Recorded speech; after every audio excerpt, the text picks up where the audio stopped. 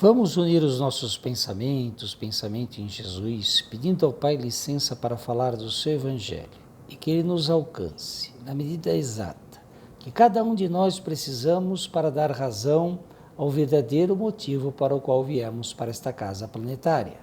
Do mais rico ao mais pobre, ninguém deixa esse planeta com um único centavo que seja. Mas a fortuna da caridade, em que a mão esquerda não sabe o que a direita está doando. A fortuna do amor ao próximo, como amamos aos nossos muito próximos e como amamos a nós mesmos. A fortuna da fraternidade, a fortuna da compaixão, a fortuna da fé, a fortuna que está no Evangelho de Jesus. Essa sim podemos amelhar e levar para a eternidade do nosso espírito. Então que possamos ouvir, refletir e principalmente criar ânimos, coragem e atitude para praticar em nossas vidas o Evangelho de Jesus. Que assim seja. Oi pessoal, é um prazer muito grande estar falando com vocês, ainda que dessa forma remota, como a gente tem feito uma vez ao mês.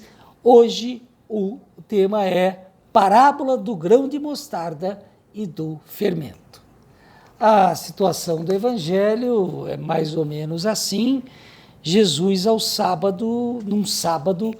numa sinagoga, cura uma mulher que está com o demônio, ela ficava curvada, né? E Jesus a endireita e a cura, expulsa o demônio, que é como está no Evangelho. O príncipe da sinagoga, ou seja, o chefe daquela sinagoga, como diz o Evangelho, critica a situação, fala, caramba, sábado é um dia de resguardo, é um dia que os judeus não têm atividades, em especial os ortodoxos daquela época. Então, Jesus, o príncipe dos judeus lá da sinagoga, fala, caramba, a gente tem 6 dias para curar. Nos outros 6 não foi feito isso. No 7º dia, Jesus vai fazer isso. Isso é uma afronta. E aí, Jesus dá uma descompostura neles e fala, olha, vocês não desamarram o burro de vocês, o cavalo de vocês, a cria de vocês, para dar água, para dar alimento nesta data? Então, se vocês fazem isso mesmo sendo um dia de resguardo, porque o animal tem a sua necessidade de alimentação, Jesus fala, puxa, como é que vocês vêm repreender a mim, que estou expulsando o demônio, que estou curando essa mulher que estava há 18 anos nessa situação? Então, não há dia para isso.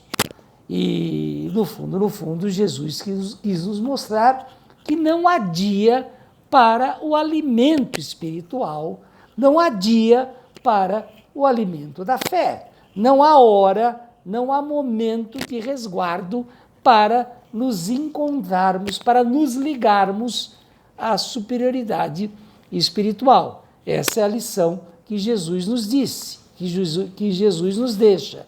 E aí Jesus ainda complementa, e aí que é a parábola do grão de mostarda e do fermento.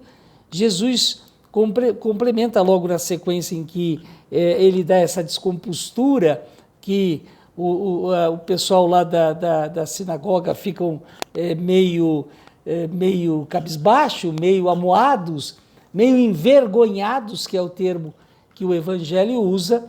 Jesus diz o seguinte, a que é semelhante o reino de Deus e a que o compararei?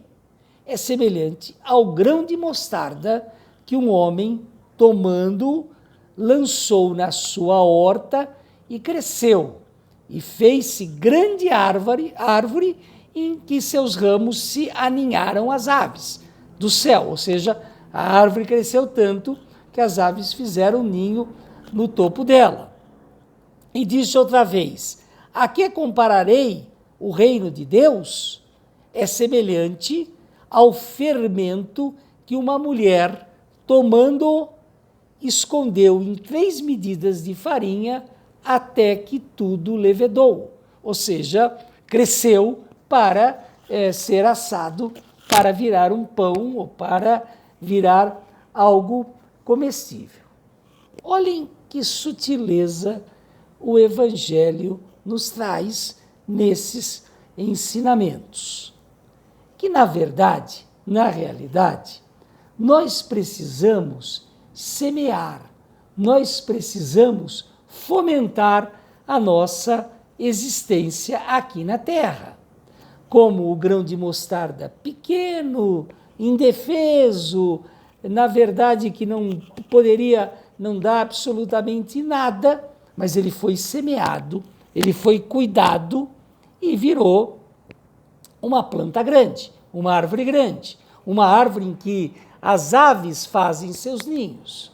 E o fermento, ele em si não é nada, ele em si não faz o pão, ele em si não gera o crescimento, ele em si, ou sozinho, ele não consegue fazer um pão gostoso, uma comida nutritiva, uma comida que vale a pena.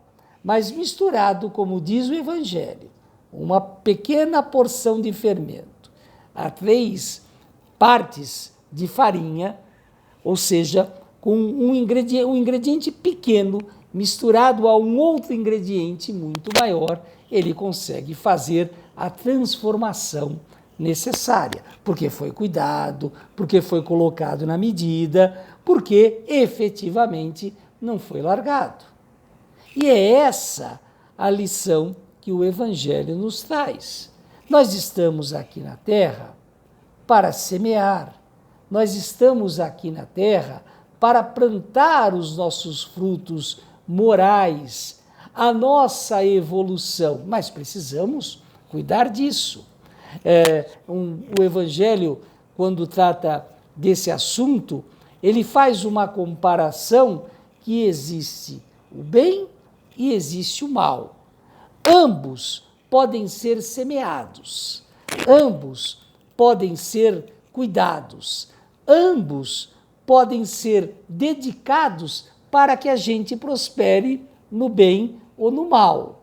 Mas, através do nosso livre-arbítrio, das nossas decisões, quando procuramos o caminho do bem, semeamos e aproveitamos a oportunidade que temos enquanto encarnados, mesmo com todas as nossas dificuldades. Ou seja, direcionamos a nossa existência para o bom caminho. E esse bom caminho sempre é o caminho do progresso que em algum momento, em algum estágio da nossa existência espiritual, iremos alcançar o progresso moral, o progresso do bem, o progresso de estarmos alinhados com os ensinamentos de Jesus dentro dos padrões para o qual fomos criados, para o qual Deus nos criou.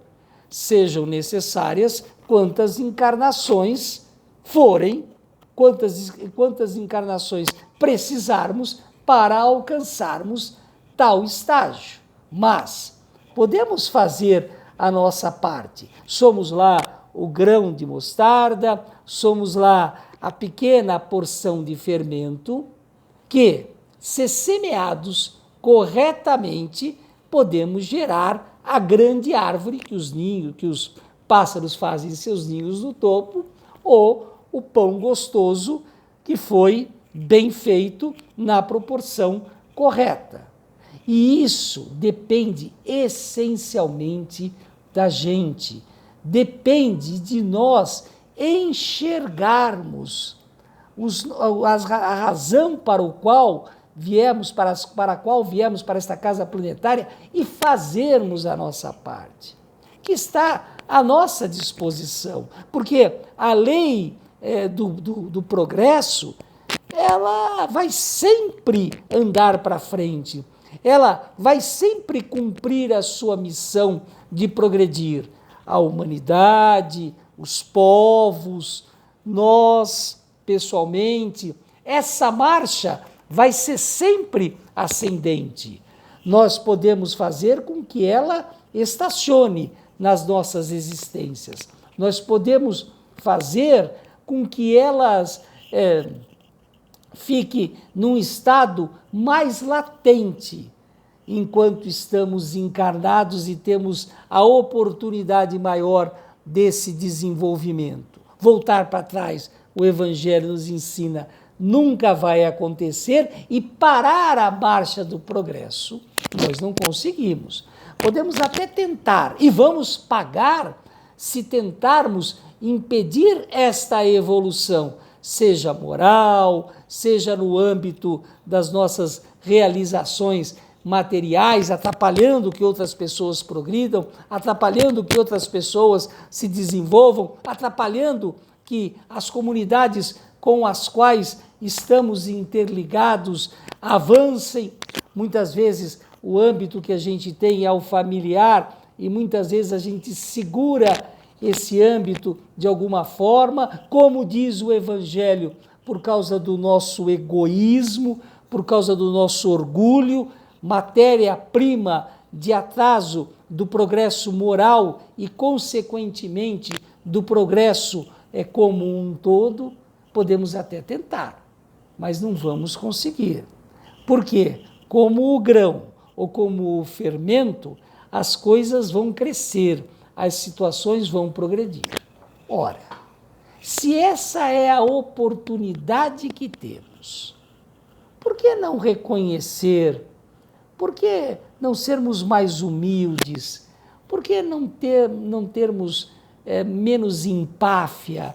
Por que não deixarmos o nosso orgulho, as nossas necessidades materiais se sobreporem às necessidades morais, às necessidades do nosso espírito que o Cristo nos ensinou e que a Boa Nova, o Evangelho, o Espiritismo nos traz?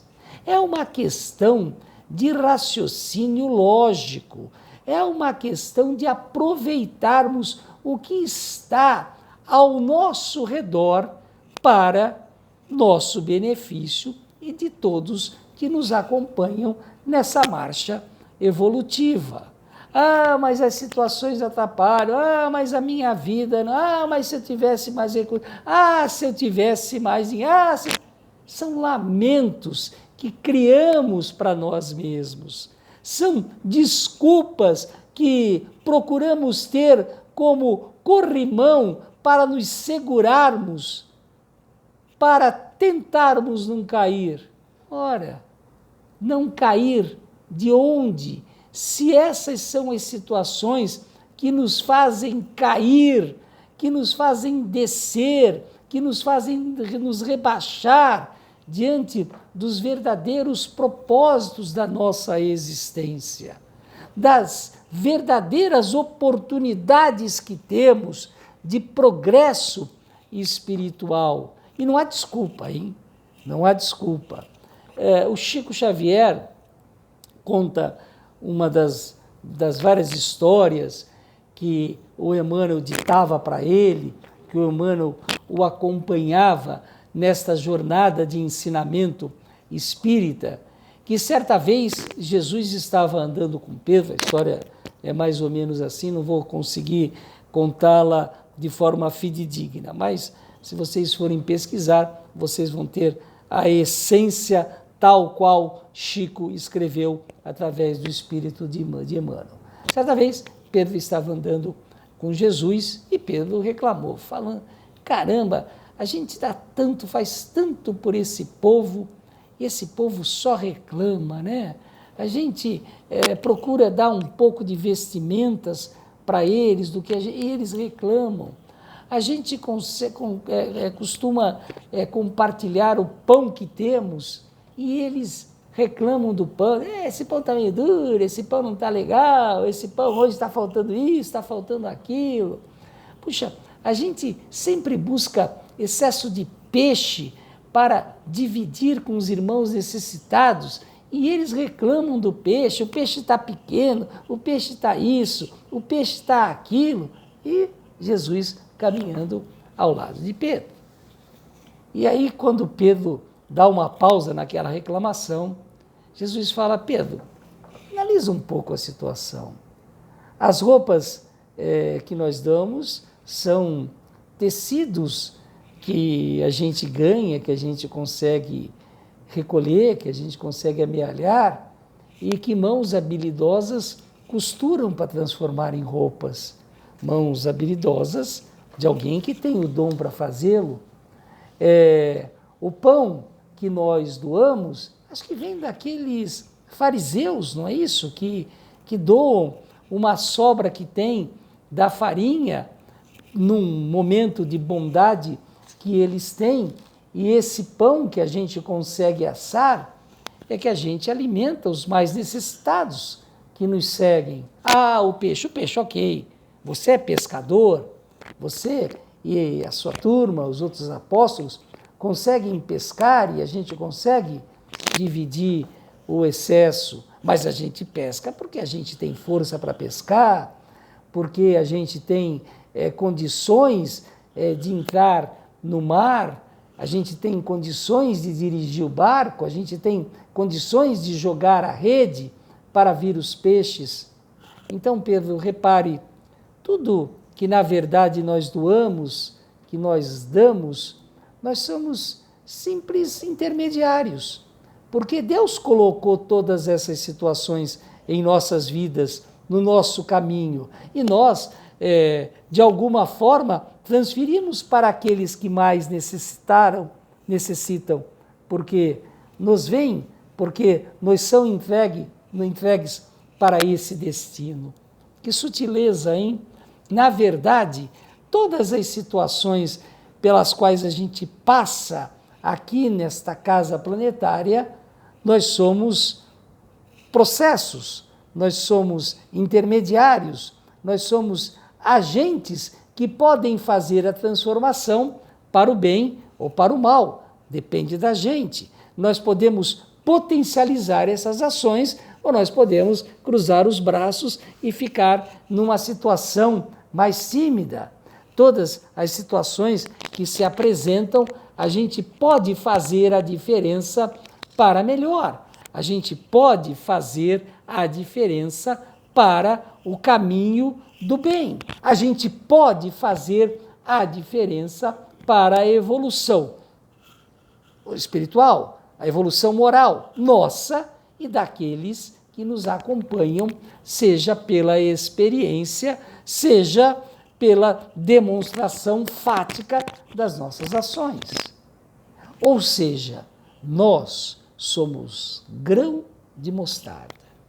Nós somos uma pequena porção de fermento, mas esses dois elementos, a nossa insignificância, a nossa pequenez, pode fazer uma grande transformação. E não vamos nos dar desculpas e não vamos achar que a gente não faz porque as pessoas reclamam, porque não temos oportunidade, porque temos que ganhar o nosso pão de todo dia e não temos tempo para fazer a caridade e não temos nenhuma situação em que possamos realmente dar ajuda aos que mais precisam. Ora, nós podemos escapar dessas situações, mas elas se apresentam no nosso dia a dia.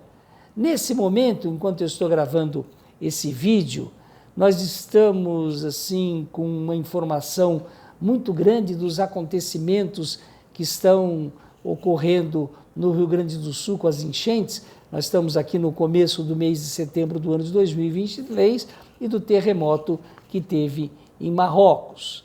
Eu sei que muita gente vai dizer, até gostaria de ajudar, mas eu não sei se a ajuda vai chegar, eu não sei, todo mundo desvia. Esses negócios não adiantam nem mandar recursos, esses recursos são desviados, esses recursos alguém rouba, dificilmente vai chegar para os mais necessitados. Será? Será? Ou eu posso fazer a minha doação e posso mobilizar as pessoas que eu conheço de forma mais ampla, doando para ONGs conhecidas, para ONGs que fazem a diferença.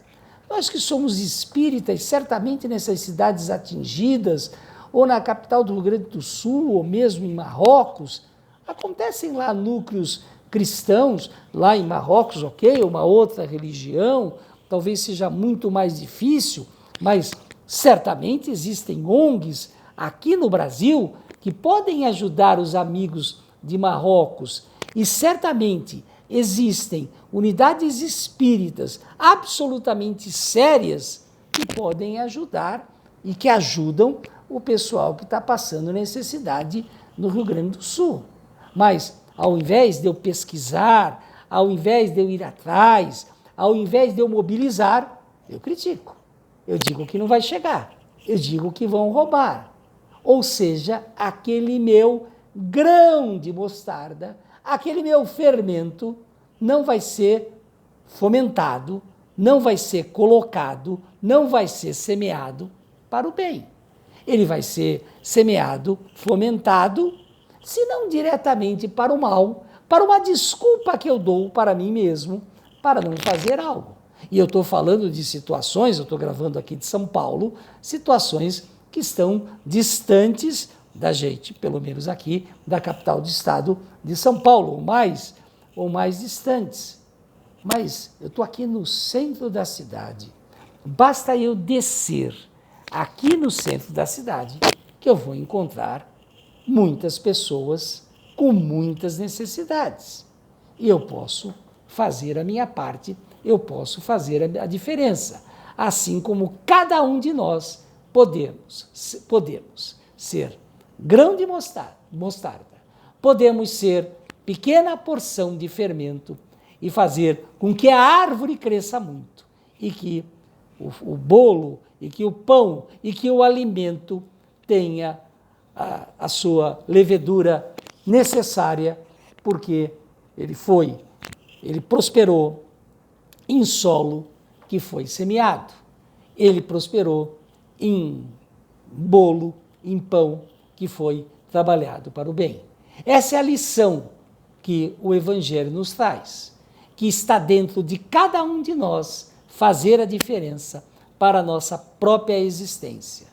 Ser grão de mostarda, ou ser uma pequena porção de qualquer elemento, de qualquer situação, é detalhe, porque se quisermos, podemos mover as montanhas necessárias, podemos, com a nossa fé, com a nossa energia, com a nossa ação, fazer a diferença em prol dos irmãos que mais precisam. E no fundo, fazer a diferença para nós mesmos, para a nossa existência, para o nosso ciclo reencarnatório que nos traga